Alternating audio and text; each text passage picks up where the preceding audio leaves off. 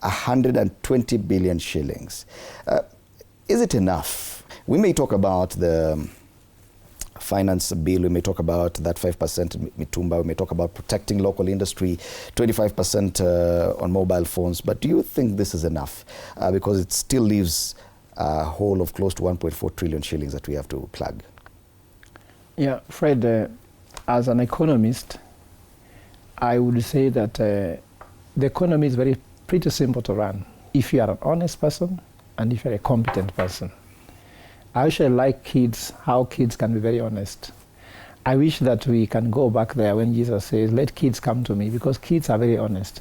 We are too mature even to be honest. This is dishonesty, what you're reading there, and I'll actually explain to you very simple.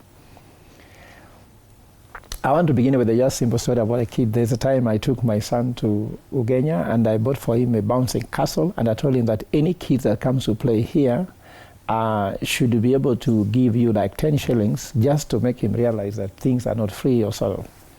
Then another elderly guy who was like 12 years, 14 years came and told him, can I come and play? Tomorrow I'll bring for you 10 other bouncing castles. Then my son asked him that if you can afford 10 bouncing castles, why do you come to one? Mm-hmm. You see, that's a very honest conversation. You could have said, oh, you can bring 10. Come, because you're already corrupted. So what I'm trying to say in short here is that these things are pretty simple. Economy is the following. What is the input? Then what are the outputs? What are the outcomes? And what's the impact and the process? Simple. If you do not obey input, you don't obey the rules of outputs, you don't obey the rules of outcomes, and then impact. What is the impact? Impact should be seen at the household. Like, for example, Fred, as an economist, I know that we have 12,500,000 households in the country. Whatever you're doing here as a head of state, you have to know that State House is a house of the state, meaning that represents all the houses in Kenya. All the households in Kenya are under State House. So when you're making a decision as a head of state, living in State House, you are making decision in the house of houses. How are the households making sense? So if you look at this taxation, this being produced, that's the impact. Kenyans spend 63,000 shillings a year on average per child in education. Average household, it says that every household has like 4 children per household. So how does that affect expenditure in education? How does it affect healthcare? So without taking you further, let me just explain to you why this is completely misnomers. Since I was born, I think Fred also, and even Sosion and Dismas, you hear all these things always. When the budget is coming, it's about how much you need to tax. Kenya relies on production. The future of Kenya is on production, not on perpetual taxation. And this budget, is it going to produce anything? Even you talk about you want now to tax the mitumba clothes.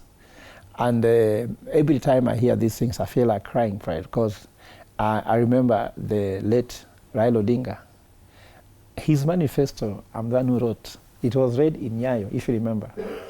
And Raila, after reading the speech, says he wants Kenyans to produce clothes. He wants to ban mitumba. And his tongue slipped and said, "Hatuwezi vaa nguo ya maiti." The current president ran immediately to Njogo Road and told the people of Mitumba how Raila is finishing them. And I think that has an impact in the election, because there are around 2 million Kenyans who depend on the Mitumba business. And I think they don't know that.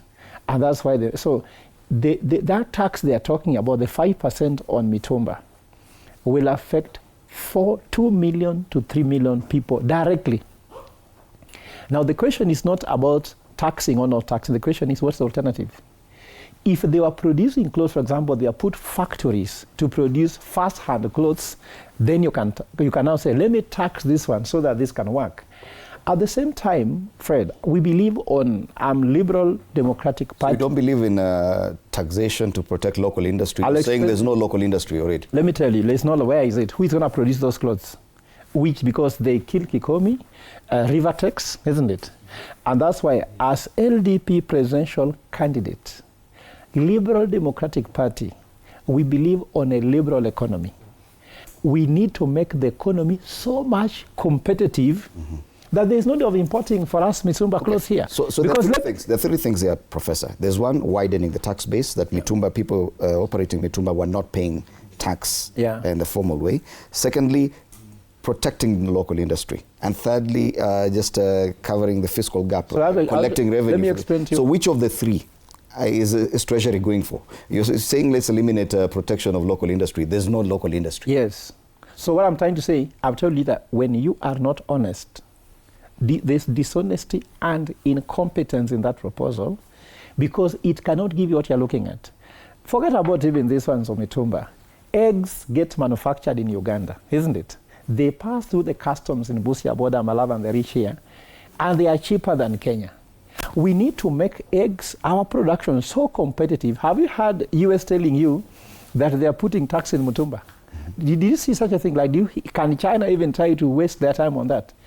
Why don't we build a competitively productive economy that it does not matter? But if we are putting money, for example, for every dollar or for every shilling we collect, 70 shillings goes to paying debt. Okay.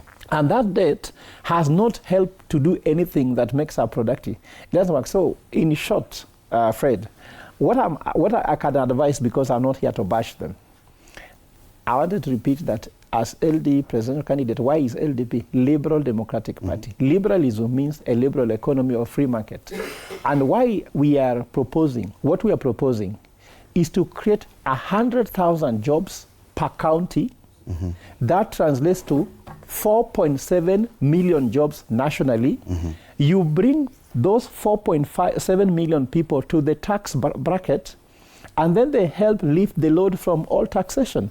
And they're going to be giving these jobs for production. We will put money on agricultural production, in value addition. And when you give these jobs to the people, do you know that immediately that's what we call a silver bullet to solve the Kenyan problem completely? How? By giving 4.7 million jobs to everybody, that means that you kill the youth unemployment. Secondly, the debt will be down because you don't have to borrow because you're producing. Three, interest rate will go down because when there's money in the economy, risks go down, risk is priced low, and therefore interest rates go down. Okay. And then inflation also go down because when you're producing, the supply-demand forces allows you to be able to reduce inflation.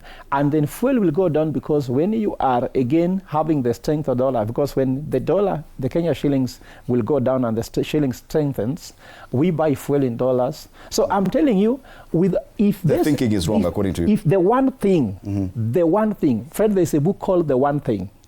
The one thing that I will do as a presidential candidate is simply that. As a president. Okay. And in fact, what we are doing, we are not going to wait for them to get into office. We have begun.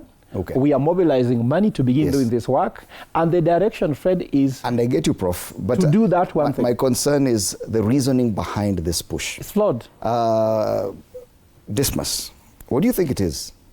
Is it simply because there's pressure